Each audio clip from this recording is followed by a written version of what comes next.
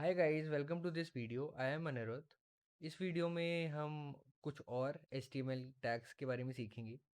तो इस वीडियो में सबसे पहले हम स्टार्टिंग में ही सुपरस्क्रिप्ट एंड सबस्क्रिप्ट टैग के बारे में सीख लेते हैं।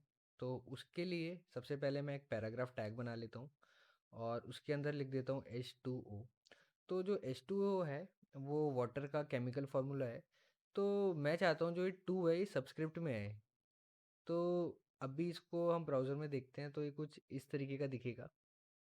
तो मैं चाहता हूँ कि जो ये टू है ये सबस्क्रिप्ट में है, तो उसके लिए मेरे को सब टैग का यूज़ करना पड़ेगा। तो यहाँ पे मेरे को सब टैग लिखना पड़ेगा। तो मैं सब टैग ऐसे लिख सकता हूँ, less than sign then SUB then greater than sign. और इसने VS कोड ने खुद ही उसको क्लोजिंग सब टैग को दे दिया है। तो यहाँ पे मैं इसको पेस्ट कर देता हूँ और सेव कर देता हूँ। तो ये सब टैग है। इसको मैं जूम भी कर देता हूँ थोड़ा। तो ये सब टैग है।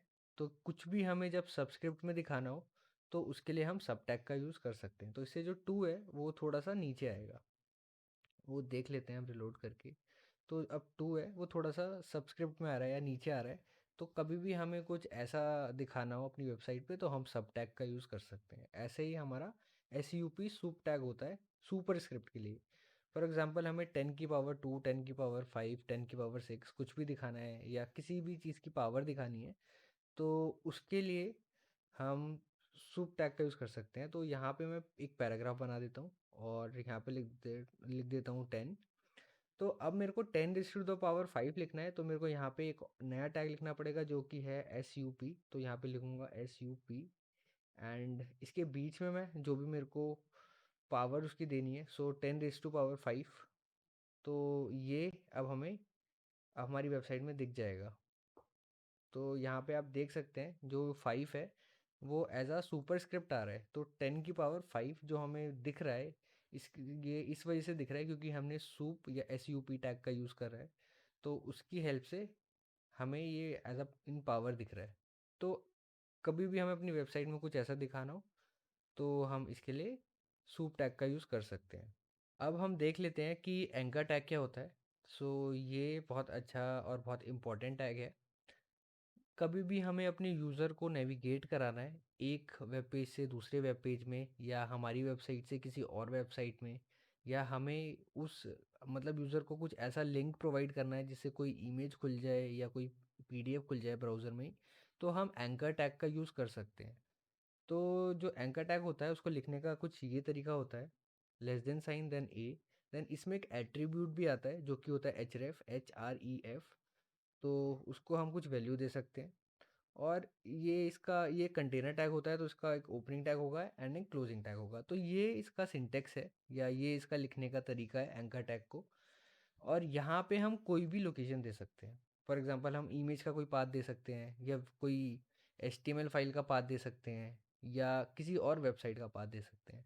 फॉर एग्जांपल अगर मेरे को अपने यूज़र को नेविगेट कराना है गूगल के होम पेज पे, तो मैं कुछ इस तरीके से करा सकता हूँ। मैं यहाँ पे गूगल के होम पेज का URL दे दूंगा और यहाँ पे मैं लिख दूंगा click me to open Google's home page. तो यहाँ पे वो गूगल का होम पेज अगर यूज़र क्लिक करेगा हमारी वेबसाइट पे तो खुल जाएगा। तो यहाँ पे मैं लिख देता हूँ HTTP। तो ये href में मैंने URL डाल दिया और मैं यहाँ पे लिख देता हूँ ओपन गूगल।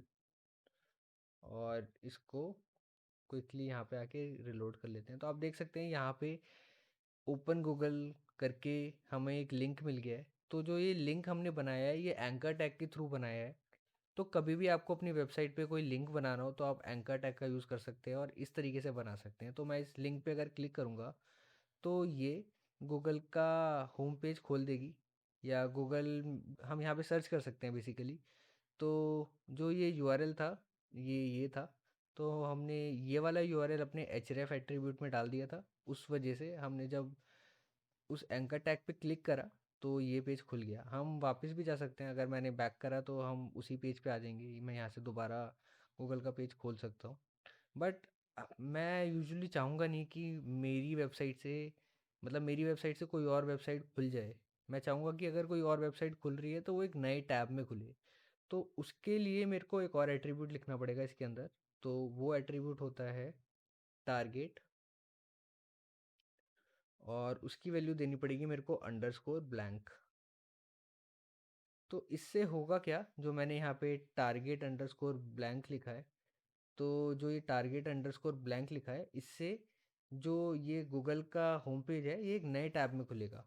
तो क्विकली देख लेते हैं, इसको मैं रिलोड कर लेता हूँ और यहाँ पे अगर मैं क्लिक करूँगा तो ये एक नए टैब में इसने इस गूगल का होम पेज खोला है। तो इस तरीके से हम एक और एट्रीब्यूट जो कि है टारगेट, उसका यूज़ करके हम नए टैब में भी उस वेबसाइट को खोल सकते हैं। तो ये एक तरीका है नेविगेट कराने का हमारे यूज़र को। और हम और भी मतलब अपनी अपनी वेबसाइट से एक एचटीएमएल पेज से दूसरे एचटीएमएल पेज पे भी नेविगेट करा सकते हैं। तो मैं इस लिंक को क्विकली कॉपी कर लेता हूँ और यहाँ पे पेस्ट कर देता हूँ, और इस एचरेफ को मैं अभी के लिए हटा देता हूँ एंड इसको भी हटा देता हूँ। और यहाँ पे मैं लिख देता हूँ न्यू पेज, और मैं क्विकली यहाँ पे फाइल में जाके एक और नया पेज बना लेता हूँ। एक मैं यहाँ इस यूट्यूब वाले फोल्डर में ही मैं एक नया न्यू फाइल बनाने जा रहा हूँ। तो उसका नाम मैं दे देता हूँ new page dot H T M L, और यहाँ पे मैं एक्सक्लेमेशन मार्क दूंगा। इसको मैं टाइटल में यहाँ पे लिख देता हूँ न्यू पेज, और यहाँ पे मैं एक H2 के अंदर लिख देता हूँ न्यू पेज, और इसको सेव कर देता हूँ। तो अब मैंने इस इंडेक्स जो यूट्यूब वाला फोल्डर था मेरा, इसमें मैंने एक और फाइल बना दी है new page dot H T M L. तो ये एक H T M L file है और इसका टाइटल मैंने दे दिया है, और इसमें यहाँ पे एक H2 भी डाल दिया है। तो उससे अब इससे होगा क्या, मैं जो अपनी इंडेक्स फाइल है उससे इस पेज पे आ सकता हूँ एंकर टैग का यूज़ करके। तो मैं यहाँ पे लिख दूंगा उस पेज का नाम, जो कि है new page dot H T M L. तो इस तरीके से मैं लिख दूंगा। मैं इसको टॉगल कर लेता हूँ, मतलब एक्सप्लोरर को बंद कर देता हूँ। तो यहाँ पे मैंने लिख दिया है जो दूसरा वाला एचरेफ है, इसमें लिख दिया है new page dot H T M L. तो वापस चलते हैं, इसको रिलोड करते हैं। तो अब यहाँ पे देख सकते हैं एक न्यू पेज करके आ रहा है। मैं यहाँ पे एक ब्रेक टैग भी डाल देता हूँ क्विकली, जिससे आपको अलग से दिख जाए वो। तो ये जो न्यू पेज आ रहा है, ये एक एच टी इससे होगा क्या, इससे एक और अलग पेज खुल जाएगा। तो मैं यहाँ पे क्लिक करूँगा तो इसने यहाँ पे मेरा जो न्यू पेज था वो खोल दिया है। इसने मेरा जो एक नया पेज हमने बनाया था new page dot H T M L, वो उसने खोल दिया है। तो इस तरीके से हम एंकर टैग का यूज़ करके एक पेज से दूसरे पेज पे जा सकते हैं। तो अब ये मेरा ही पेज है, तो मैं यहाँ से टारगेट वाला एट्रीब्यूट हटा सकता हूँ और इसको क्विकली सेव कर सकता हूँ। मैं यहाँ पे जाके रिलोड कर लेता हूँ, और अगर मैं इस न्यू पेज पे क्लिक करूँगा तो यहाँ पे न्यू पेज खुल जाता है। अब अगेन मैं न्यू पेज से वापस अपने इंडेक्स पेज पे भी जा सकता हूँ। तो मैं क्विकली न्यू पेज वाली फाइल को खोल लेता हूँ और यहाँ पे एक एंकर टैग अगेन बना देता हूँ। तो यहाँ पे मैं लिख दूंगा index dot H T M L इसकी, और यहाँ पे इसकी एचरेफ की जो वैल्यू होगी वहाँ पे मैंने index dot H T M L लिख दिया है। और यहाँ पे मैं लिख देता हूँ इंडेक्स पेज, और मैं यहाँ पे ऐसे लिख सकता हूँ होम पेज। तो अब क्विकली वापस चलते हैं, इसको रिलोड करता हूँ, और यहाँ पे से अगर मैं न्यू पेज पे क्लिक करूँगा तो यहाँ पे एक और लिंक मिल जाता है मेरे को इंडेक्स पेज या होम पेज पे जाने के लिए। तो मैं ऐसे वापस भी जा सकता हूँ। तो इस तरीके से मैं अलग अलग पेज पे नेविगेट करा सकता हूँ यूज़र को। फॉर एग्जांपल मेरी वेबसाइट में एक होम पेज है, एक सर्विसेज का पेज है, एक कॉन्टैक्ट अस का पेज है। तो मैं अलग अलग पेजेस पे यूज़र को नेविगेट करा सकता हूँ इसके थ्रू। और इसी तरीके से मैं इमेजेस भी दिखा सकता हूँ अपने यूज़र को। तो मैं यहाँ पे कोई इमेज डाल लेता हूँ क्विकली। तो गाइज़ मैंने इसमें एक इमेज डॉट जेपीईजी करके एक मैंने इमेज फाइल डाल दी है इसमें। तो अब मैं यहाँ पे अगेन एक ब्रेक टैग लगा देता हूँ, और इसके नीचे एक नया एंकर टैग बना देता हूँ, और यहाँ पे लिख देता हूँ इमेज डॉट जेपीजी, और यहाँ पे लिख देता हूँ इसके अंदर ओपन इमेज, और इसको सेव कर देता हूँ। तो यहाँ पे मैंने एक और एंकर टैग बना दिया है और उसके अंदर लिख दिया ओपन इमेज। तो अगर मैं इस ओपन इमेज टेक्स्ट पे क्लिक करूँगा तो अब इमेज खुल जाएगी मेरे वेब ब्राउज़र में या मेरी वेबसाइट में। तो मैं यहाँ पे वापस जाता हूँ और इसको रिलोड करता हूँ। तो यहाँ पे जो अब अगर मैं ओपन इमेज पे क्लिक करूँगा तो आप यहाँ पे देख सकते हैं ये इमेज खुल गई है। तो इस तरीके से हम एंकर टैग का यूज़ करके कोई फाइल भी दिखा सकते हैं। जैसे मैंने इमेज फाइल दिखाई है, ऐसे हम पीडीएफ्स भी दिखा सकते हैं या कोई भी फाइल दिखा सकते हैं। तो इस तरीके से हम एंकर टैग का यूज़ कर सकते हैं। तो आपको याद रखना है, एंकर टैग में एक एट्रीब्यूट आता है जो बहुत इंपॉर्टेंट है, एचरेफ। तो इस एचरेफ में हम किसी वेबसाइट का लिंक दे सकते हैं या किसी एचटीएमएल पेज का लिंक दे सकते हैं या किसी इमेज फाइल या पीडीएफ फाइल का भी लिंक दे के उसको अगर यूज़र क्लिक करेगा तो खुल जाएगा। तो बेसिकली अगर हमें अपनी वेबसाइट पे लिंक्स क्रिएट करने हैं अलग अलग, तो उसके लिए हमें एंकर टैग या ए टैग का यूज़ करना पड़ेगा। गाइस, हमें जब भी कोई इमेज अपनी वेबसाइट पे दिखानी हो तो हम इमेज टैग या आईएमजी टैग का यूज़ कर सकते हैं। तो उसको लिखते कैसे हैं क्विकली देख लेते हैं। उसको हम लिखते हैं less than sign then IMG, then उसमें एक एट्रीब्यूट भी आता है जो कि होता है सोर्स या एसआरसी। तो यहाँ पे मैंने लिख दिया SRC equals to double quotes, और इसमें हम उसकी लोकेशन बताते हैं इमेज की जो भी हमें अपनी वेबसाइट पे दिखानी है, और फिर हम इसको क्लोज कर सकते हैं। तो इस तरीके से हम इमेज टैग लिखते हैं, और ये एक सेल्फ क्लोजिंग टैग है। इसमें ज़रूरी नहीं है कि हमें क्लोजिंग इमेज टैग भी लिखना पड़े या आईएमजी टैग लिखना पड़े। और यहाँ पे हम कोई भी इमेज लोकेशन दे सकते हैं, या तो हम उसको इंटरनेट से दे सकते हैं या हमारे सिस्टम की फाइल लोकेशन से दे सकते हैं। तो अभी मैं इंटरनेट से दे देता हूँ। तो मैं इस वेबसाइट पे जाता हूँ और यहाँ से ये इमेज एड्रेस कॉपी कर लेता हूँ। तो यहाँ पे कॉपी कर लिया है मैंने, तो मैं इसको क्विकली यहाँ पे पेस्ट कर देता हूँ इस सोर्स एट्रीब्यूट या एसआरसी एट्रीब्यूट में। और मैं ब्राउज़र में जाके इसको रिलोड कर लेता हूँ। तो आप देख सकते हैं यहाँ पे हमें दिख रहा है, हमें यहाँ पे वो इमेज दिख रही है। एक्चुअली मैंने बहुत ज़्यादा जूम कर रखा है तो इसलिए वो थोड़ी अजीब सी दिख रही है। तो हमें जो अब इमेज है वो इमेज टैग की हेल्प से दिख रही है, और उसकी जो हमने लोकेशन है वो इंटरनेट से उठाई है, तो इसलिए हमें वहाँ से दिख रही है। इसी तरीके से हम अपनी सिस्टम की लोकेशन भी दे सकते हैं। तो इस फ़ोल्डर में मैंने इमेज डॉट जेपेग करके एक फ़ाइल है, वो पड़ी है, उसका यूज़ कर सकता हूँ। तो उसकी लोकेशन देने के लिए मैं यहाँ पे लिख सकता हूँ इमेज डॉट जेपीजी, और उसको सेव कर लेता हूँ और यहाँ पे क्विकली रिलोड कर देता हूँ।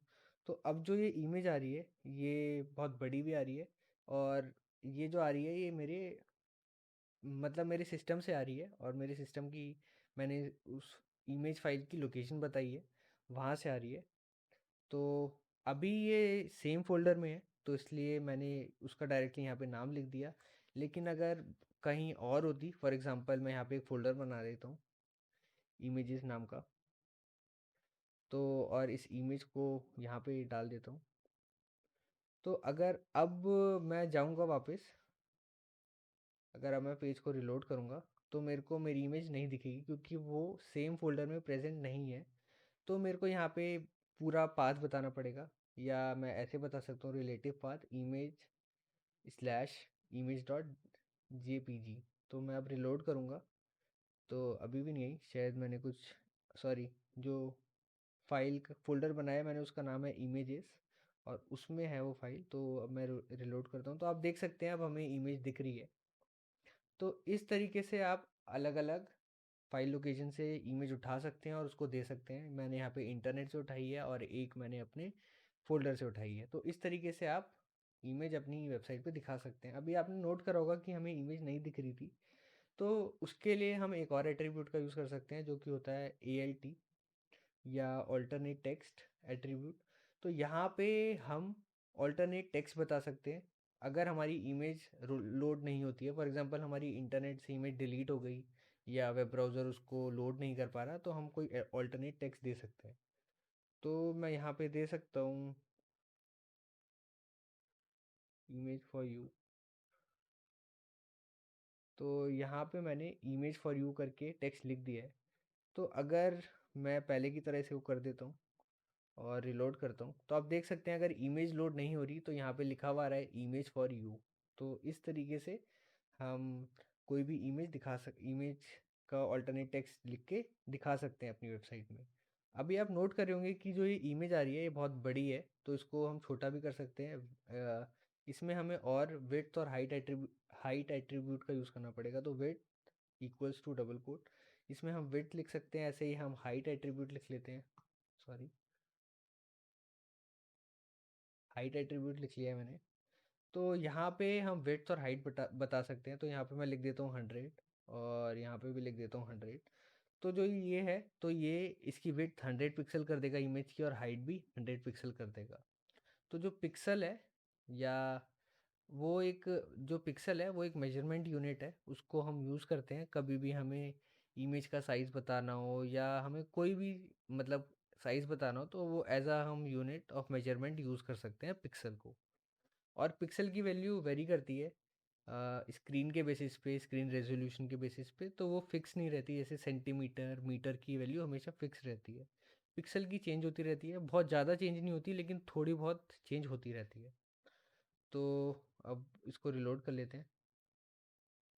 तो इसने अभी इसको शायद करा नहीं, तो ये हमारा जो ब्राउज़र है उसको ले नहीं रहा है। हमें यहाँ पे पिक्सल लिखना पड़ेगा, 100 पिक्सल एंड 100 पिक्सल। और अब रिलोड करते हैं, तो आप देख सकते हैं जो इसकी इमेज है छोटी हो गई है, लेकिन इसका एस्पेक्ट रेशियो भी ख़राब हो गया है। मतलब ये इमेज सही नहीं दिख रही है। और इसका एस्पेक्ट रेशियो सही करने का तरीका ये है, आप कोई भी एक एट्रीब्यूट हटा दें, और या उसको सही से लिखें।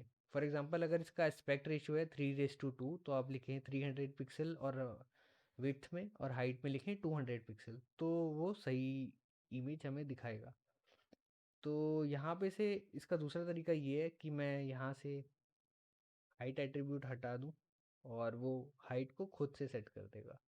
तो मैं इसको रिलोड कर लेता हूँ, तो इसने अब हाइट को खुद से सेट कर दिया, और एस्पेक्ट रेशियो भी हमारा नहीं बिगड़ा है। मतलब अब हमें स्क्वायर इमेज नहीं दिख रही है, जैसी जिस साइज़ में हमें दिखनी चाहिए थी उसी में दिख रही है, और एस्पेक्ट रेशियो मेंटेन्ड है। तो इस तरीके से आप इमेजेस दिखा सकते हैं। और जो ये इमेज है, जैसे मैंने बताया, ये एंकर टैग के अंदर भी आ जाती है। तो मैं इसके ऊपर क्विकली एंकर टैग लिख देता हूँ, और यहाँ पे से मैं इसको कट करके इसको इंडेंट भी कर देता हूँ। तो मैंने एंकर टैग के अंदर एक इमेज डाल दी है, और यहाँ पे मैं उसका कुछ पाथ भी दे सकता हूँ। मैं इसका इंटरनेट से पाथ उठा के भी दे सकता हूँ। यहाँ से मैं इसका एड्रेस कॉपी कर लेता हूँ, और यहाँ पे लिख देता हूँ, या पेस्ट कर देता हूँ, और इसको रिलोड कर लेता हूँ। तो अगर मैं इस इमेज पे क्लिक करूँगा, तो अब ये एज अ लिंक काम करेगी, और इसने ये इमेज को खोल दिया है, क्योंकि हमने एंकर टैग में उस इमेज का पाथ दिया था। तो अब इसने जो इमेज खोली है उसका पाथ यहाँ से उसे मिल गया है, जो हमने href एट्रीब्यूट में डाला था। तो इस तरीके से हम एंकर टैग के अंदर इमेज टैग का यूज़ करके इमेज को लिंक बना सकते हैं। तो ये अब इमेज एक लिंक बन गई है। तो इस तरीके से हम लिख सकते हैं, और इस तरीके से हम इमेजेस अपनी वेबसाइट पे दिखा सकते हैं।